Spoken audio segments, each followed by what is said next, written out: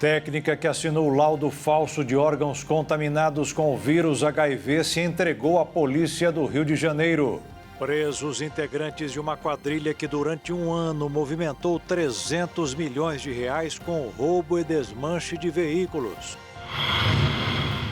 Governador de São Paulo, Tarcísio de Freitas, pediu que seja cassada a concessão da Enel, que depois de 4 dias ainda mantém pessoas sem o fornecimento de luz. Caixa Econômica muda regras para a compra de imóveis de até R$1,5 milhão de reais. Termina amanhã o prazo para resgatar o dinheiro esquecido em bancos ou instituições financeiras. Relatório do Banco Mundial apontou que o mundo tem quase 700 milhões de pessoas vivendo em situação de extrema pobreza. Um dos líderes do Hezbollah fala em cessar fogo, mas Israel avança e provoca novas mortes. E no primeiro debate do segundo turno entre os candidatos à Prefeitura de São Paulo, além das costumeiras trocas de acusação, houve espaço para um abraço. Agora no Jornal das 22.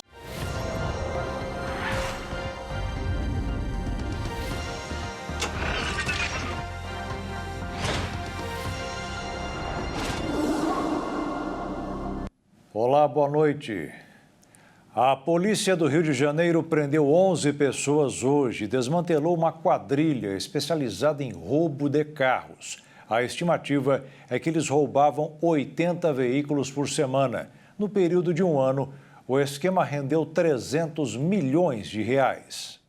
Essa é mais uma fase da Operação Torniquete, montada pela Polícia Civil para combater um grupo de criminosos que vinha cometendo roubos e furtos de carros na cidade do Rio de Janeiro e na Baixada Fluminense. Agentes foram encaminhados para as comunidades da Maré, em Belfor Roxo, na Baixada, e para outros estados, como São Paulo, Santa Catarina e Bahia, para cumprir 40 mandados de busca e apreensão e prender 20 criminosos que fazem parte deste bando. Segundo as investigações, os envolvidos roubavam veículos para desmontar e comercializar as peças através de uma rede complexa de roubo, receptação, desmonte e venda de peças, comandada pelo traficante Geonário Fernandes Pereira Moreno, de 41 anos, o Genaro, que acabou sendo morto durante uma operação da Polícia Militar em setembro deste ano. Segundo a polícia, eles são responsáveis pelo desmanche de pelo menos 80 carros roubados por semana e chegaram a movimentar cerca de 30 milhões de reais em apenas um ano com a venda de peças de carros roubados. O esquema dos criminosos era iniciado com o roubo dos veículos, que em seguida eram levados para as comunidades da Guaxa, Gogó da Ema e Santa Teresa, em Belfor Roxo. Lá as peças eram armazenadas em depósitos alugados em nomes de laranjas. Depois, o material era enviado para São Paulo, de onde era repassado para os outros estados, como Goiás, Santa Catarina e Bahia, onde estavam sendo comercializadas por ferro-velhos e lojas de autopeças, que formavam todo um mercado clandestino. Em Mato Grosso do Sul, mais de 100 trabalhadores foram resgatados em condições de trabalho análogas de escravos.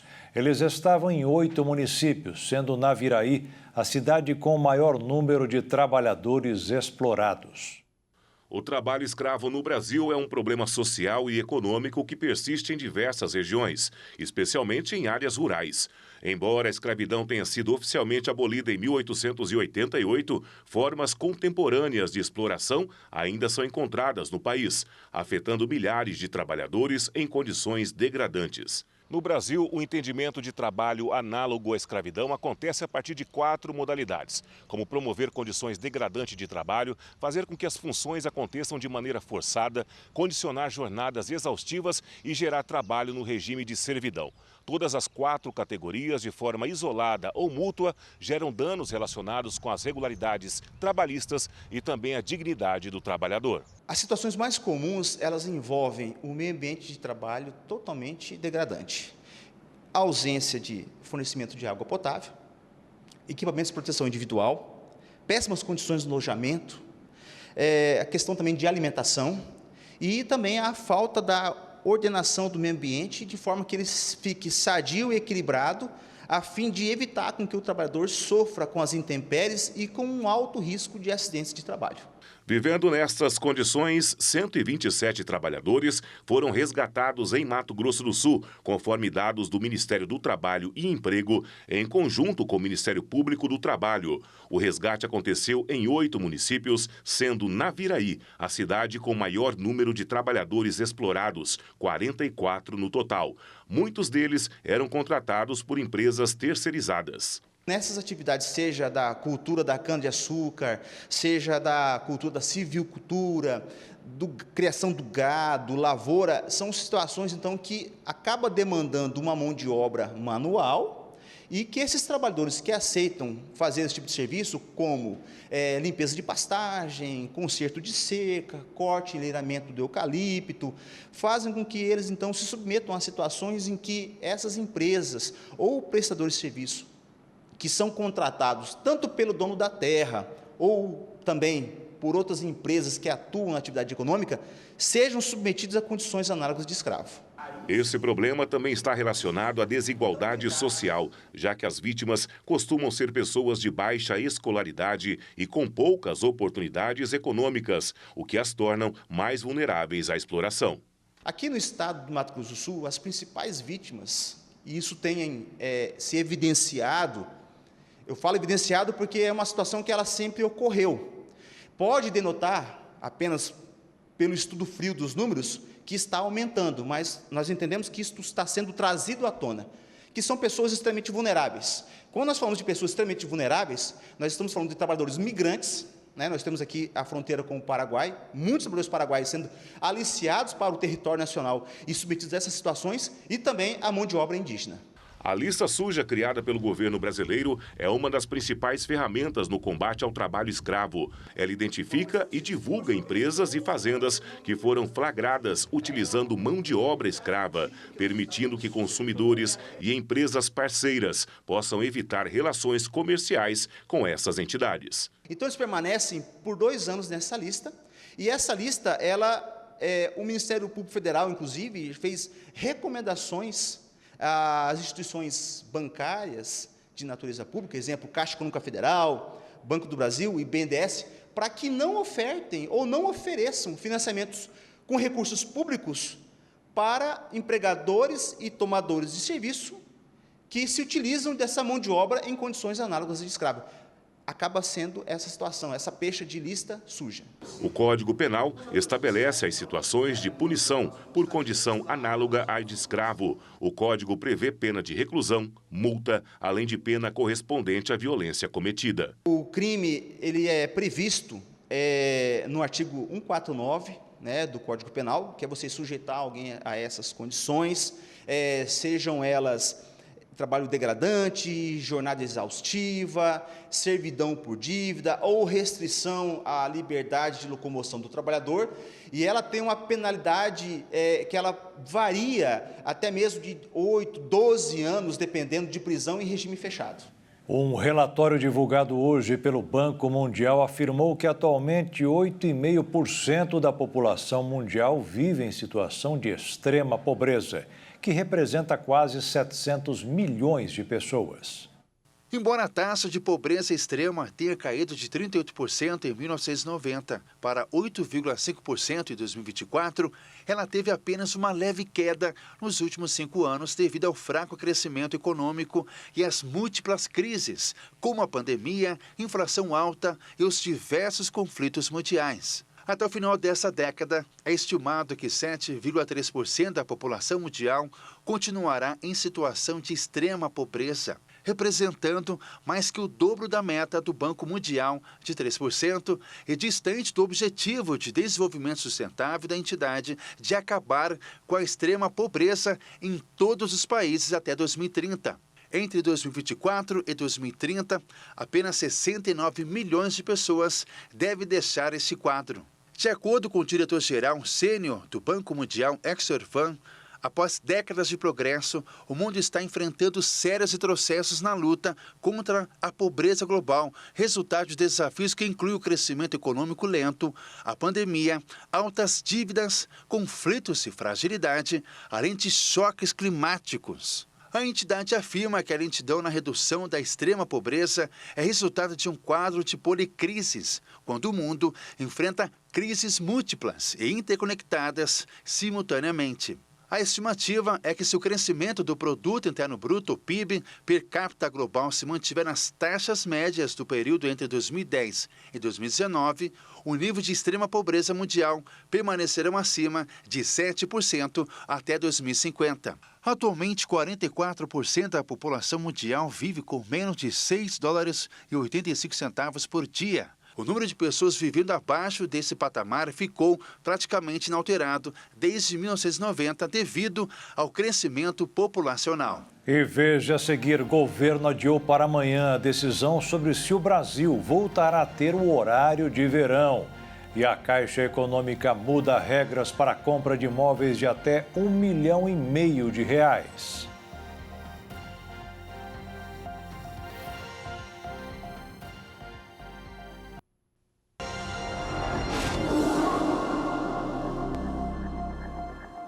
O governo deixou para amanhã um anúncio sobre se o horário de verão será retomado no Brasil. Os técnicos já fizeram as contas, mas ainda não tem 100% de certeza se mexer nos relógios é apenas uma questão de economia. A adoção do horário de verão em 2024 pode levar a uma economia de R$ 400 milhões, segundo o estudo do Operador Nacional do Sistema Elétrico, ONS. Se adotada, então, a partir de 2026, a economia pode aumentar para 1,8 bilhão por ano. Isso porque o adiantamento dos relógios deve melhorar o aproveitamento das fontes de energia solar e eólica, além de reduzir a demanda máxima em até 2,9%. Desde a sua adoção, que passou a ser anual a partir de 1985, o horário de verão tem uma intenção de promover uma economia no consumo de energia, uma vez então que as pessoas teriam mais tempo de luz natural. No entanto, por conta da mudança de comportamento da sociedade, a medida foi deixando de ser eficaz, até que em 2019, então o presidente Jair Bolsonaro suspendeu o adiantamento dos relógios. O horário de verão voltou então à tona com muita força neste ano, não só por conta da eficácia, para economizar energia, mas também por ser uma alternativa de aproveitamento da geração de energia solar, reduzindo ali o acionamento de termoelétricas mais caras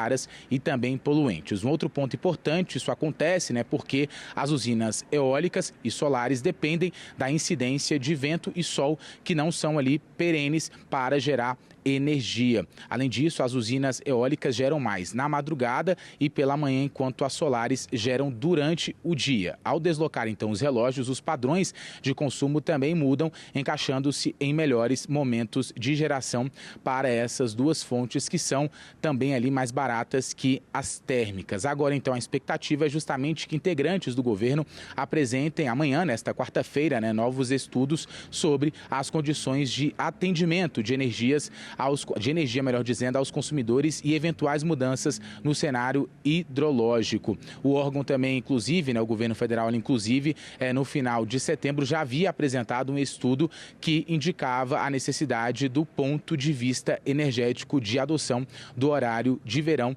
neste ano. No último dia 8 também, a gente lembra, o ministro de Minas e Energia, Alexandre Silveira, disse que o horário de verão só deve voltar em 2024, ou seja, neste ano, se for imprescindível. O preço dos aluguéis aumentou 0,65% em setembro, menos do que no mês anterior, mas ainda maior do que os índices de inflação do período. E segundo o índice FIPE-ZIP-ZAP, pesquisado pela Universidade de São Paulo em 36 cidades do país, em média, alugar um imóvel ficou quase 14% mais caro nos últimos 12 meses. E para quem quiser financiar a compra de um imóvel, deverá se preparar para uma mudança que entrará em vigor a partir do dia 1º de novembro. A Caixa Econômica Federal, que atualmente é responsável por quase 70% do mercado de crédito imobiliário do país, vai reduzir a margem que o tomador de empréstimo poderá utilizar para comprar um imóvel residencial ou comercial de até R$ 1,5 milhão. Hoje, quando o sistema é a tabela saque, é preciso dar 20% de entrada e financiar o restante. A partir do dia 21, a entrada vai subir para 30%. Exemplo, atualmente, quando o valor é de R$ 500 mil, o banco financia 400 mil e o cliente tem que pagar os outros 100 mil. A partir de novembro, pelo mesmo negócio, a Caixa vai emprestar 350 mil e os outros 150 terão que ser quitados pelo comprador. Se for pela tabela Price, a mudança será mais rigorosa. Até hoje, a Caixa financia 70% do valor, mas a porcentagem cairá para apenas 50%. A outra metade ficará por conta do comprador. A mudança no modelo de financiamento foi provocada principalmente pelas constantes retiradas dos recursos da poupança pela população. Os financiamentos que já foram negociados não sofrerão qualquer alteração. O preço do petróleo caiu mais de 4% hoje no mercado internacional depois do anúncio do governo de Israel de que não pretende atacar as reservas energéticas do Irã. Foi a senha para os operadores puxarem o dólar para cima, pensando em manter as exportações em alta. A moeda americana no Brasil subiu 1,33% e fechou o dia cotada em R$ 5,65 para a venda. Na Bolsa de Valores, o pregão foi estável, aos 131.043 pontos. A ministra do Planejamento, Simone Tebet, disse hoje que chegou a hora de levar a sério a revisão de gastos públicos do país.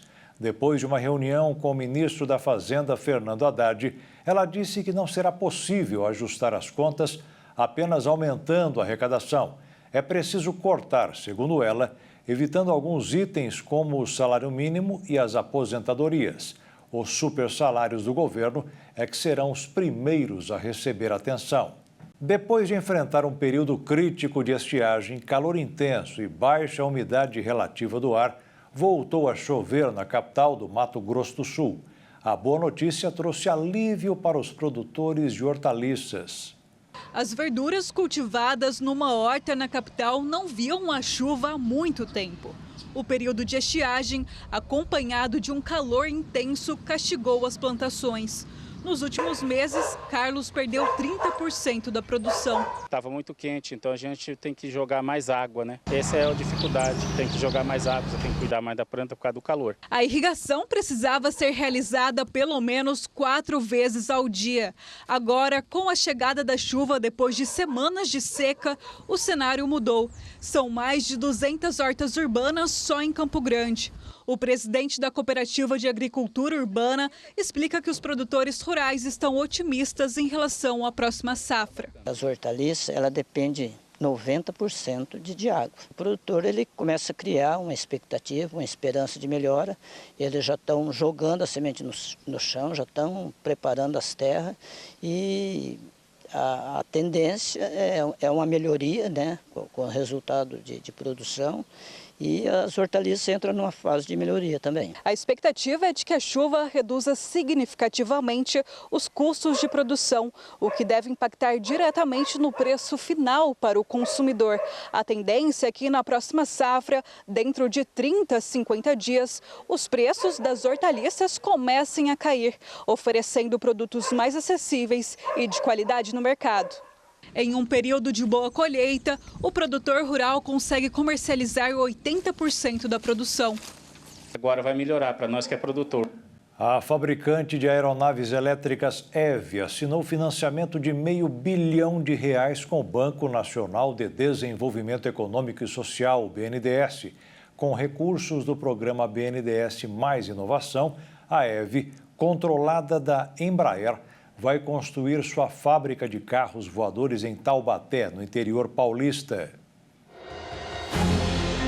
A empresa EVE foi criada pela Embraer para desenvolver um novo produto. Com uma produção total esperada de até 480 aeronaves por ano, a EVE planeja expandir a capacidade de produção do local em uma base modular, em 4 fases de 120 aeronaves cada. Isto proporcionará uma metodologia de investimento disciplinada e eficiente em termos de capital à medida que o mercado cresce. O BNDES aprovou o financiamento no valor de R$500 milhões para a EVE Air Mobility, para desenvolver a unidade de produção do eVTOL, um carro voador. Com recursos do programa BNDES Mais Inovação, a unidade será instalada em Taubaté, na região do Vale do Paraíba, no interior de São Paulo. A aeronave da empresa utiliza 8 rotores dedicados para voo vertical e asas fixas para voar em cruzeiro, sem nenhuma alteração na posição desses componentes durante o voo. O conceito inclui um propulsor elétrico alimentado por motores elétricos duplos, que fornecem redundância de propulsão para garantir os mais altos níveis de desempenho,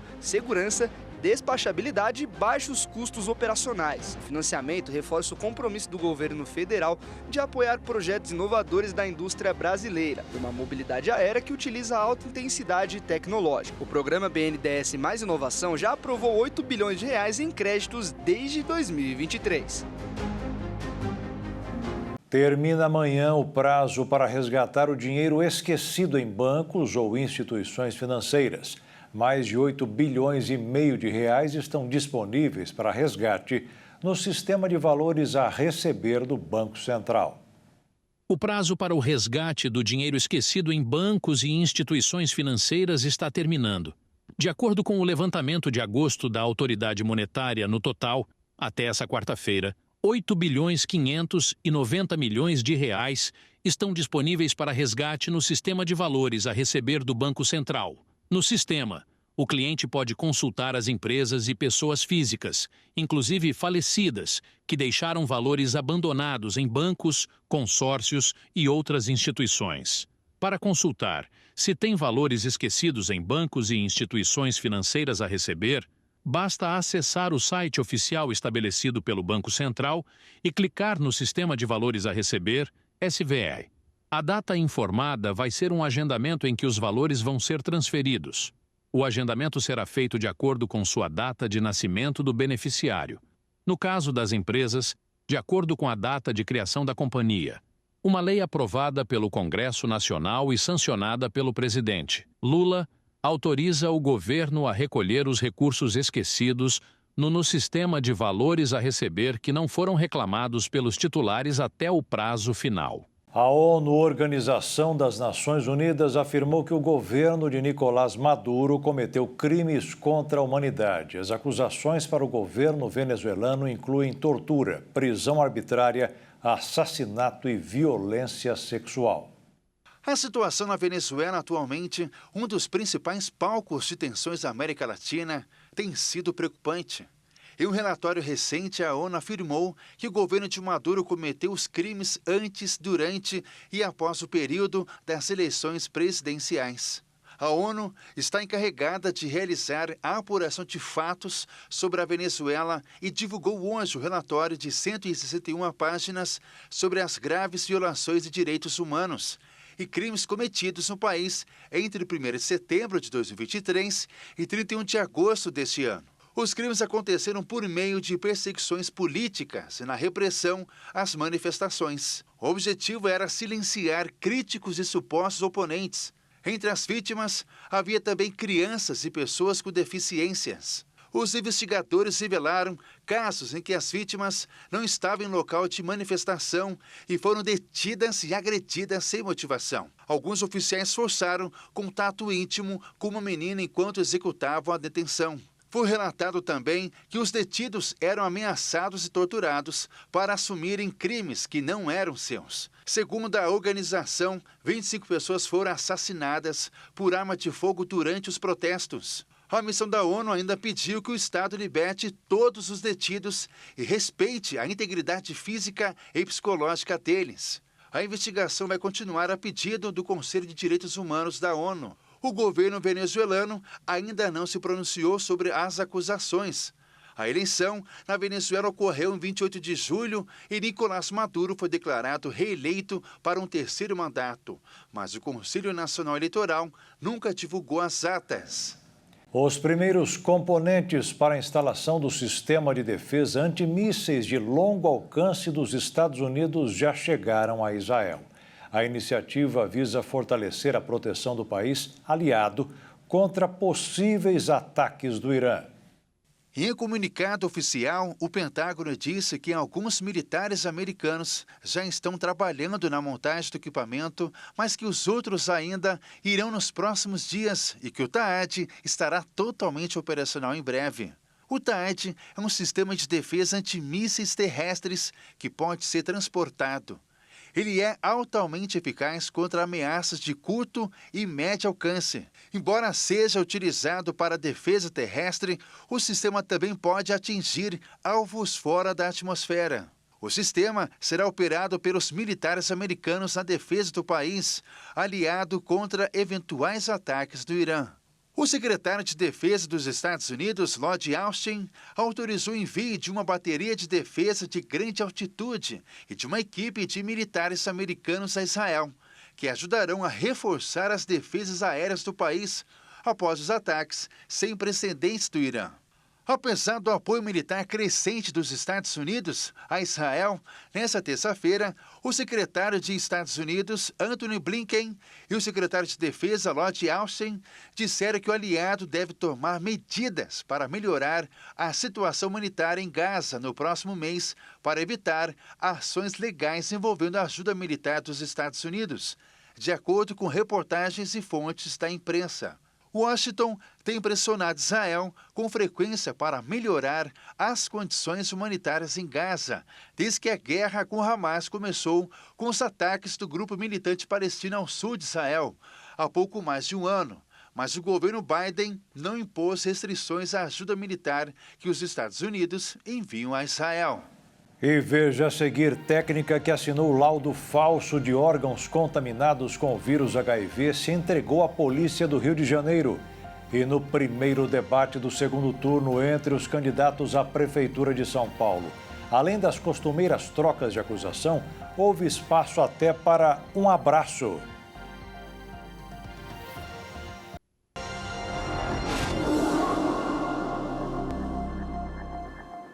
Dependendo da emergência, fazer um exame de ultrassom pode ser fundamental para a vida. E um equipamento como este deveria ser indispensável nas unidades de pronto atendimento que funcionam 24 horas por dia em todo o país. Mas apenas em 3 capitais e no Distrito Federal, quem pede socorro encontra um aparelho de ultrassom.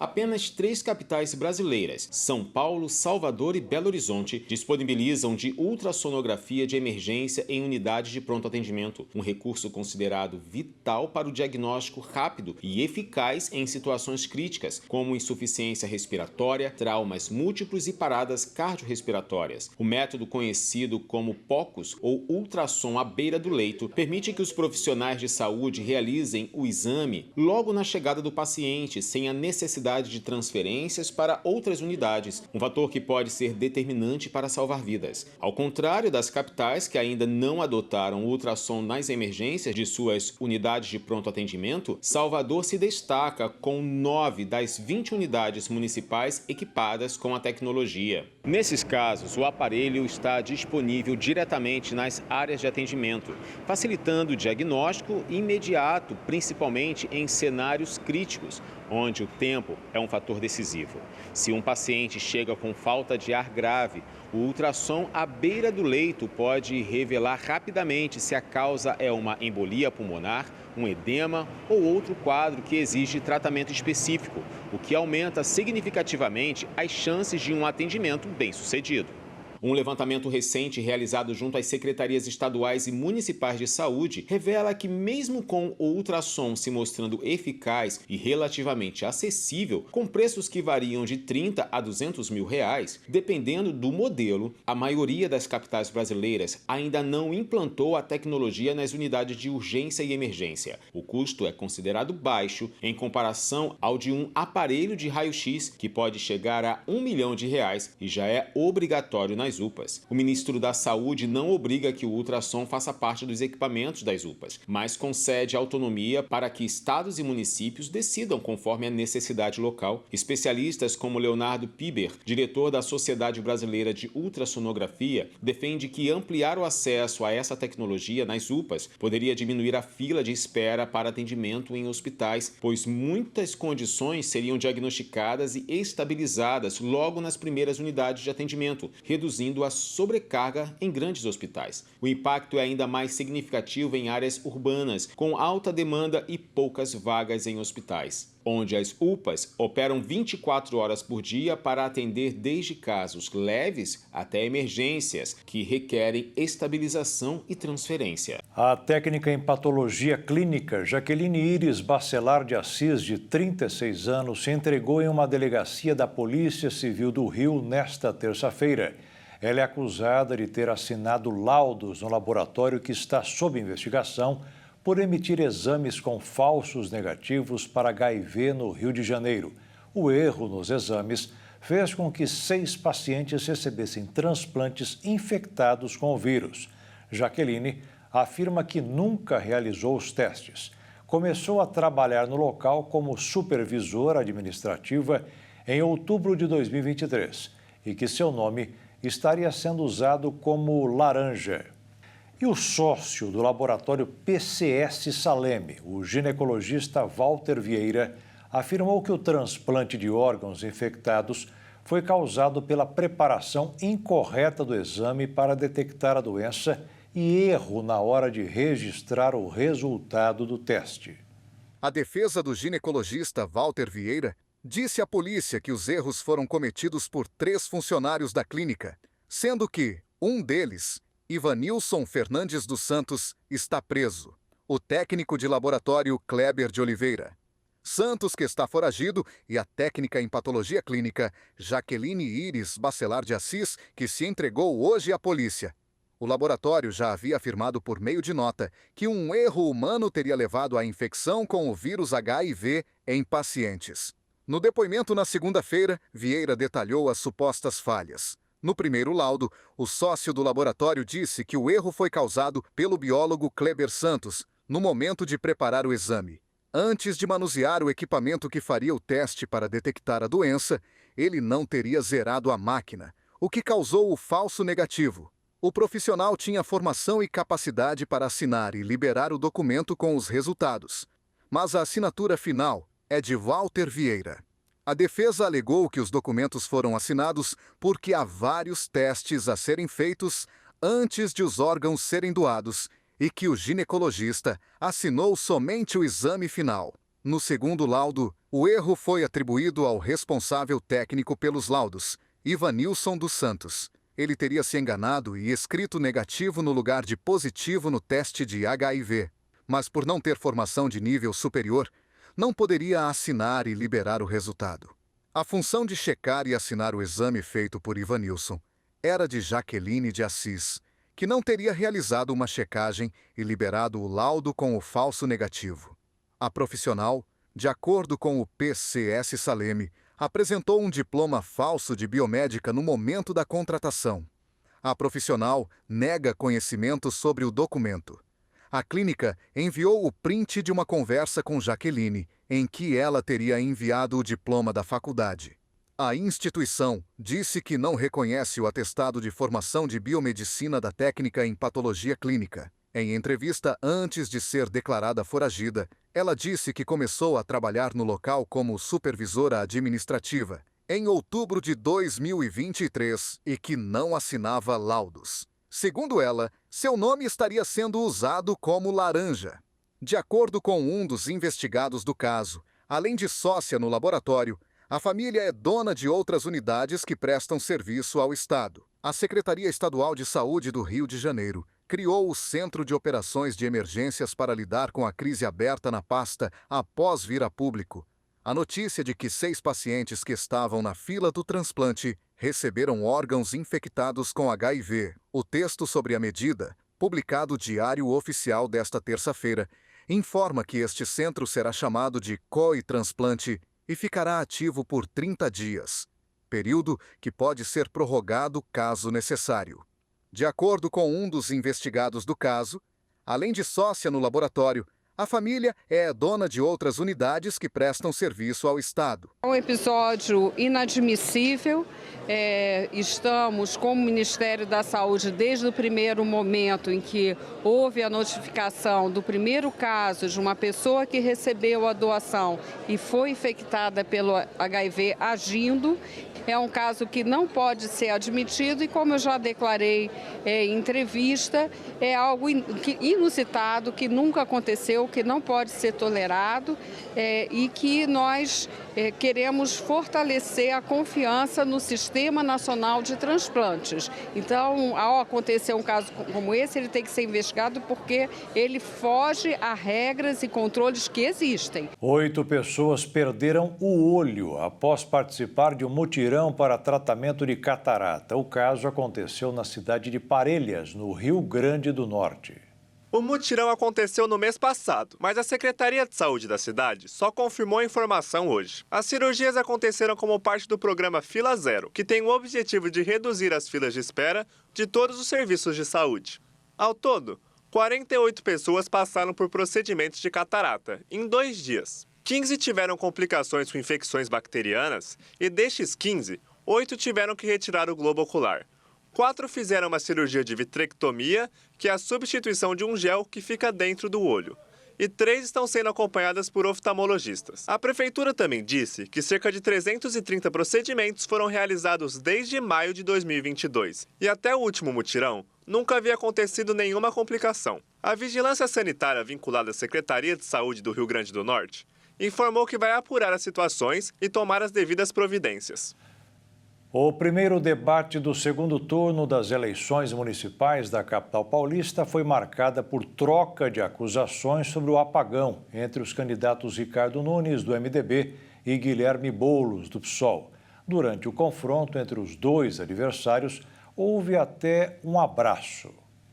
O primeiro debate realizado pelo Grupo Bandeirantes de Comunicação antes do segundo turno ficou marcado por cobrança sobre o apagão que assolou São Paulo nos últimos dias. No primeiro bloco, como já era esperado, o atual prefeito Ricardo Nunes foi cobrado por seu adversário sobre a responsabilidade da prefeitura com relação à situação da Enel, distribuidora de energia. Poda de árvore na cidade de São Paulo, manejo arbóreo. E olha que a gente teve um apagão há menos de um ano. Estava ali, estava avisado e nada foi feito de lá para cá.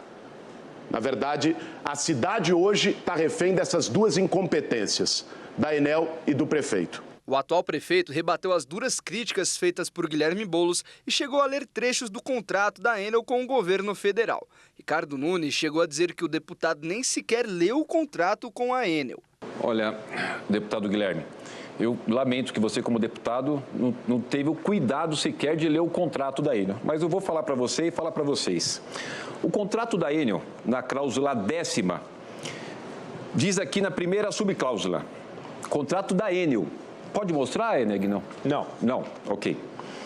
A intervenção será determinada por decreto do presidente da República, que designará o interventor, o prazo da intervenção e os objetivos e limites da medida, e aí segue.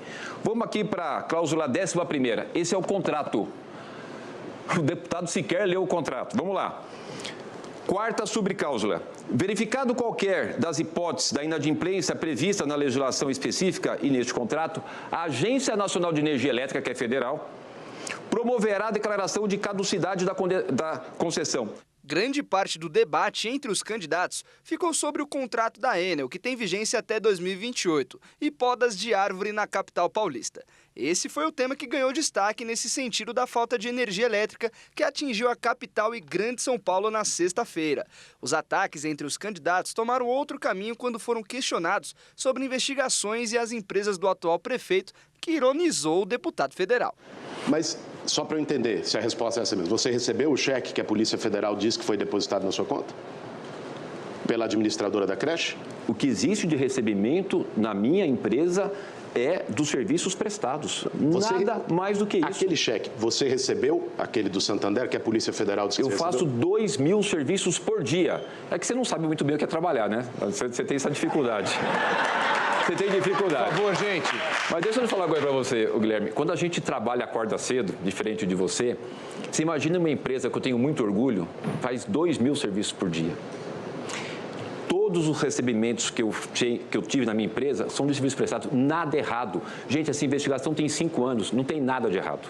O debate teve um momento cômico entre os candidatos. Ao alfinetar Boulos sobre prisão após participação em um protesto contra a reintegração de posse, Nunes abraçou o adversário após o psolista se aproximar dele. Eu não tenho nenhuma investigação, nunca fui condenado, nunca fugi da justiça igual você. Você ficou 6 anos fugindo do oficial de justiça naquela ação de depredação do Pinheirinho, jogou pedra na viatura, foi preso. E aí o oficial de justiça não achava ele, aí prescreveu. Então, tudo bem? Você tá bem? Eu tô bem, você? Tudo firme? Vamos lá, ó. Silêncio, por favor. Você não vai me intimidar, sabe por quê? Não, jamais. Eu vim da periferia do Parque Santo Antônio e não tenho medo de nada, rapaz, só de Deus. Guilherme Boulos fez vários ataques ao candidato Ricardo Nunes, entre eles vacina da Covid-19, tratamento dado às pessoas da periferia em matéria de segurança pública e, por sua vez, o prefeito de São Paulo falou das taxas que o partido que apoia Guilherme Boulos tem criado e já foram criados em São Paulo. Um outro momento de ironia é quando o deputado federal Guilherme Boulos disse que, se for eleito, vai dobrar a Guarda Civil Metropolitana de São Paulo e comparou com a Guarda do Rio de Janeiro. Eu vou dobrar a Guarda Civil Metropolitana, coisa que você não fez. Vai dobrar? Deixa eu falar uma coisa para vocês. Olha como o nosso deputado é desinformado. Ele falou que a Guarda Civil Metropolitana do Rio é o dobro, né, daqui, do efetivo. Lá é desarmada. Aqui a nossa Guarda Civil é armada. Como é que você vai justificar você ser contra a operação delegada? O Ricardo Nunes é tão confuso que ele não entendeu. Eu não falei que a guarda é o dobro, eu falei que a população de São Paulo é o dobro da do Rio e a guarda lá é maior. Não é? A guarda aqui é armada e no meu governo vai continuar armado. E o Jornal das 22 termina aqui. Uma boa noite para você e fique na paz. Tchau.